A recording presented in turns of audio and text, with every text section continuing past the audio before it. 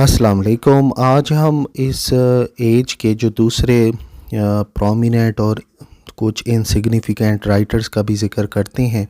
सबसे पहले John Daniel Dafoe के बारे में हम जानते हैं कि ये 1659 में पैदा हुए। लंदन में रहते थे। बड़ा लॉन्ग कैरियर था। प्रिंटर भी थे, स्पाई भी रहे, जर्नलिस्ट भी रहे, राइटर भी रहे। इन्होंने एक वर्क लिखा, a tour through whole island of Great Britain. और ये बात करते हैं पॉपुलेशन के बारे में, ट्रेड, रूरल लाइफ के बारे में। बायोग्राफीज़ भी लिखी मशहूर लोगों की, क्रिमिनल्स की, फिक्शनल एलिमेंट्स भी थे।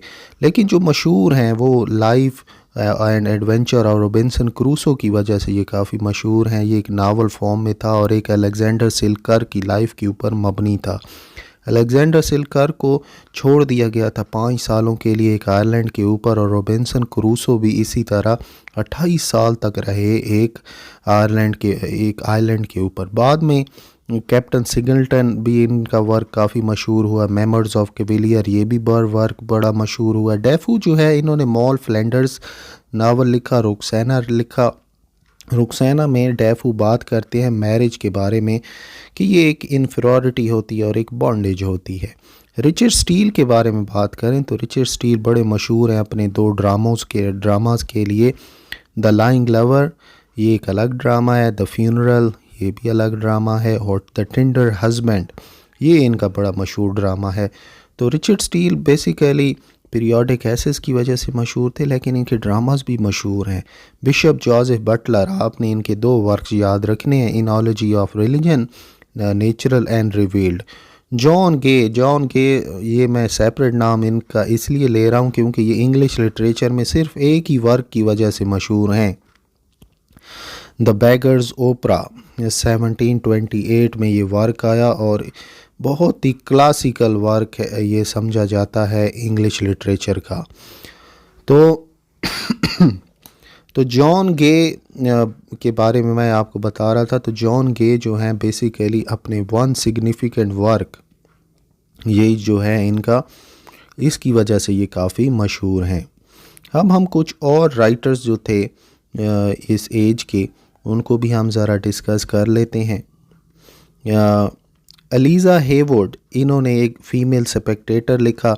जिस तरह आपको याद हो कि मैंने आपको बताया था कि टेटलर और स्पेक्टेटर आए, रिचर्ड स्टील और जोसेफ एडिसन ने उनको लिखा था।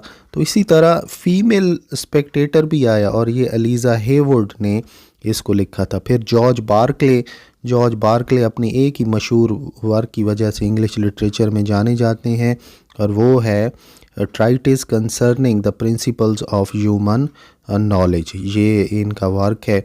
कॉली सिबर, इनको हम ज़रा डिटेल से डिस्कस करते हैं। ये एक प्ले राइट थे, पोइट लॉरिएट भी बने, और ये जो सीट इन्होंने हासिल की ये इस वजह से ली क्योंकि ये विग पार्टी को सपोर्ट किया करते थे। सेबर ने अडेप्ट किया शेक्सपियर का प्ले रिचर्ड III, फिर मॉलियर प्ले भी अडेप्ट किया। ब्रैश पर्सनैलिटी थे, अपने कंटेम्प्रेरीज में इतने मशहूर नहीं थे, और टेस्टलेस थिएट्रिकल प्रोडक्शन किया करते थे। शेडी बिजनेस मेथड था। पोप ने इनको बड़ा क्रिटिसाइज़ किया, और जो कॉली सेकंड वर्जन जो डेंसिएट है ना, बुरे राइटर्स के लिए जो पोप ने वर्क लिखा था, ये उनके हीरो हैं। हेनरी फील्डिंग ने भी काफ़ी क्रिटिसाइज़ किया कि ये मर्डरर हैं इंग्लिश लैंग्वेज की। बहरहाल ये बड़े फेमस थे अपनी एक autobiography an apology for the life of Colley Cibber, 1740 में ये सामने आई। और इनका जो बेस्ट नोन प्ले है वो केयरलेस हस्बैंड है, और ये बड़ा मशहूर हुआ। फिर सुज़ैन सेंटरलिव, ये सुज़ैन जो है मशहूर है, सुज़ैन कैरल के नाम से इंग्लिश पोइट थी, एक्ट्रेस थी, और बड़ी सक्सेसफुल फीमेल प्ले राइट थी 18th सेंचुरी की। इनके जो पीसेस थे ये बाद में भी एक्ट होते रहे थिएटर मैनेजर्स ने के मुताबिक। ये ज़्यादातर आवाम के सामने इतनी नहीं आई, इनका कैरियर बहुत लॉन्ग था। इन्होंने 14 कॉमेडीज़ लिखी, 2 ट्रेजिडीज़ लिखी, 3 वर्सेस लिखे। सेकंड वोमेन है एफ्रा बैन के, जिनकी प्ले राइट्स बड़े मशहूर हुए। बहरहाल इनका gamester a bold stroke for a life बहुत ही मशहूर है। अब हम बात करते हैं जॉर्ज लिलो के बारे में।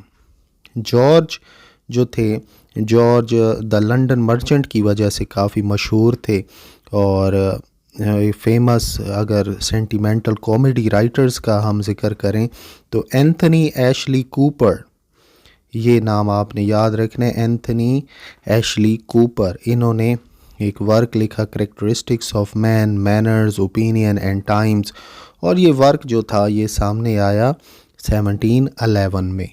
तो ये कुछ ऐसे राइटर्स हर एज में गुज़रते हैं जिनका कोई ना कोई वर्क उन्होंने लिखा होता है, लेकिन इतना सिग्निफिकेंट नहीं माना जाता, या आप ये समझ लें कि उस एज में इनको इतनी इम्पोर्टेंस नहीं मिलती। बाद में आने वाली एजेस में लोगों को इनका एहसास होता है और फिर ये हिस्ट्री का हिस्सा बन जाते हैं। इस तरह से ये पोइट्स सारे।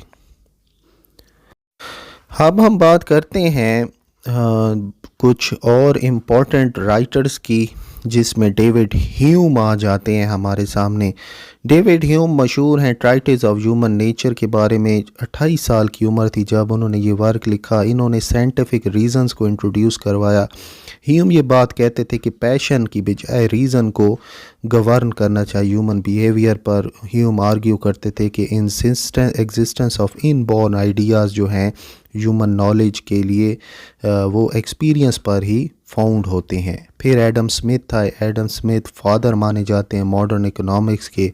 वेल्थ ऑफ द नेशन 1776 में सामने आया और ये पब्लिश हुआ उसी साल जब अमेरिका ने अपनी आज़ादी हासिल की। इन्होंने प्रोफेसी की थी कि अमेरिका एक कामयाब होगा, ग्रो करेगा।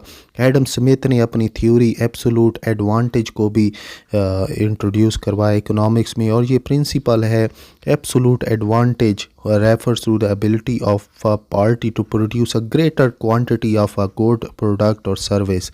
इसका ये मतलब है कि एक पार्टी को, एक जनता को बहुत ही फ़ायदा उठाना चाहिए और बेहतरीन से बेहतरीन काम करना चाहिए अपने प्रॉफिट कमाने के लिए। इंसाइक्लोपीडिया ब्रिटानिका ये बहुत ही इम्पॉर्टेंट वर्क है स्कॉटिश एनलाइटनमेंट का। इंसाइक्लोपीडिया ऐसी किताब है जिसमें दुनिया जहान का इल्म है, और ये स्कॉटलैंड में ये किताब पब्लिश होती है और हर साल इसके वर्जन आते हैं। दुनिया में जितना इल्म आता है ये इसके अंदर इंसर्ट कर दिया जाता है। रॉबर्ट फर्गसन के बारे में आप याद रखिएगा, ये स्कॉटिश पोएट हैं। 24 साल तक ये रहे, लेकिन इतनी शॉर्ट लाइफ में भी इन्होंने बहुत ही सिग्निफिकेंट वर्क लिखा। और इनके जो वर्क हैं हेलो फेयर और द डेफ्थ डेज ये काफ़ी मशहूर हैं। स्कॉटिश इंग्लिश और स्कॉट्स लैंग्वेज में ये काफ़ी इनको महारत थी। विविड और मास्टरली राइटिंग ये किया करते थे और इसकी वजह से इनको काफ़ी तारीफ़ भी मिली। अब हम समरी कर लेते हैं इस पूरी एज की। इस पूरी एज जो थी ये टाउन सेंटर्ड थी, यानी पोइट्री जो थी वो शहर के बारे में लिखी जाती थी। फेमस पोइट थे अलेक्जेंडर पोप। इसी एज के अंदर इमर्जेंस ऑफ नावल इमर्ज हुआ, और स्विफ्ट का जो गुलिवर ट्रैवल है वो भी बहुत इंपॉर्टेंट रोल प्ले करता है, बड़ा मशहूर है गुलिवर ट्रैवल्स। रॉबर्ट वॉलपोल पहले प्राइम मिनिस्टर बने इस एज के अंदर इंग्लैंड के।